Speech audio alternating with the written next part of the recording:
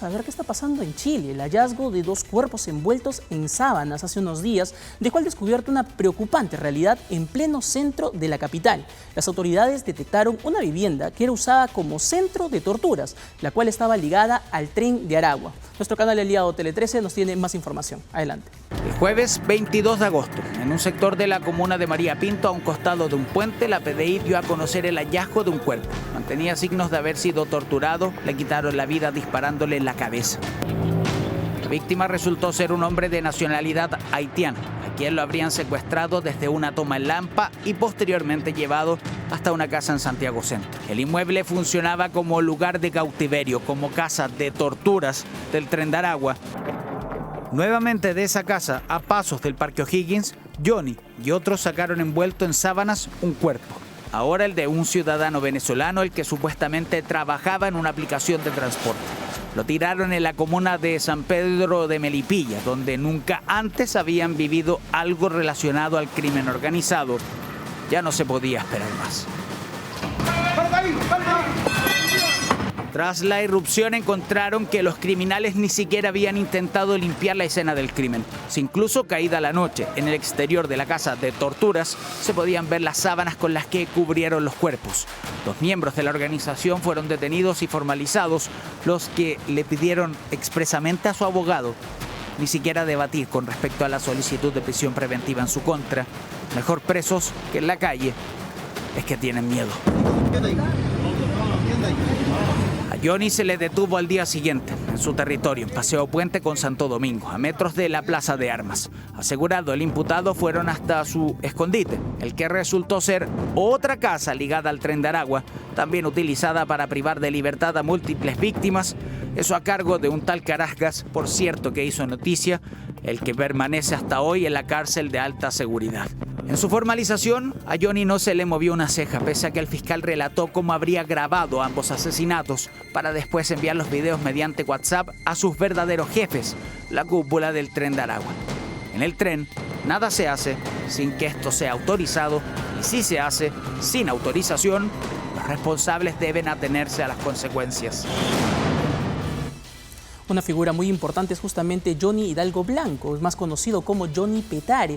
Este venezolano, en realidad nacido en la zona de Petare, en Venezuela, está en Santiago y ahora tiene que enfrentar a la justicia precisamente porque esta casa era la casa de él. En esta casa se hacían torturas no solamente a los mismos chilenos, pero esta casa estaba en el centro de Santiago, es decir, allí chilenos, haitianos, los mismos venezolanos y mujeres también venezolanas. Este hombre tenía una plaza cerca de la municipalidad de Santiago. Una plaza se refiere a mujeres a las que cobraba cupos de más o menos unos $100.000 mensuales. Lo más sanguinario que hacía este hombre, conocido como Johnny Petare, es que grababa los asesinatos. ¿Pero de qué asesinatos estamos hablando? Hace unas semanas atrás, en realidad, habíamos sacado la noticia justamente de que en una cabaña muy cerca de Santiago, se habían matado a 5 personas en una fiesta. Bueno, esta persona es el responsable o se le está investigando como responsable de este asesinato, pero lo más crudo es que grababa estos asesinatos y se los mandaba a la cúpula más grande del tren de Aragua, porque este era un jefe justamente en la ciudad de Santiago, una ciudad que ha visto irrumpida su tranquilidad por la delincuencia, en este caso del tren de Aragua.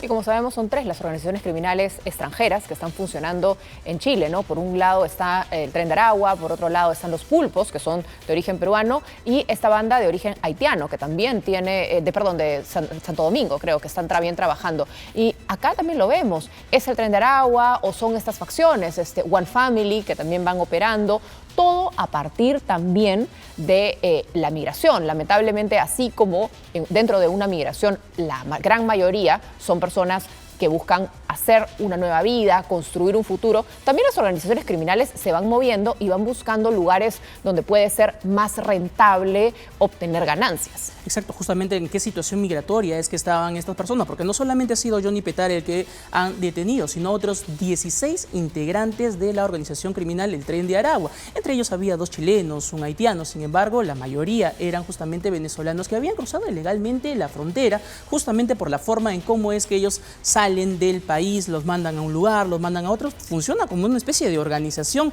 amplia, como si fuera una especie de empresa grande, ¿no? Transnacional en realidad. Y esta situación migratoria pone también en una situación de preocupación a las mismas autoridades de Chile, que al no tener relaciones bilaterales, al no tener relaciones entre un país y otro, precisamente estos vuelos de expulsión son muy difíciles y terminan cometiendo sus delitos incluso desde la misma cárcel.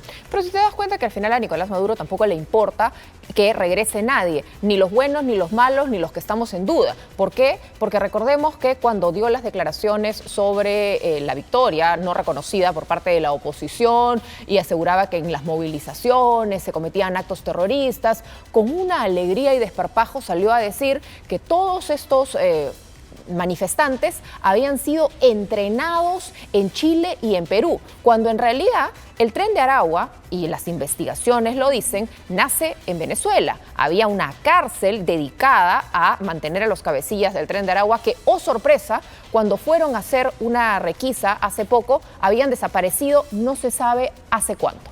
Tristemente, misma cárcel que se está utilizando ahora para poder aprender a los manifestantes, a los mismos protestantes. ¿No? Exacto, la cárcel de Tocorón, donde nace el Tren de Aragua.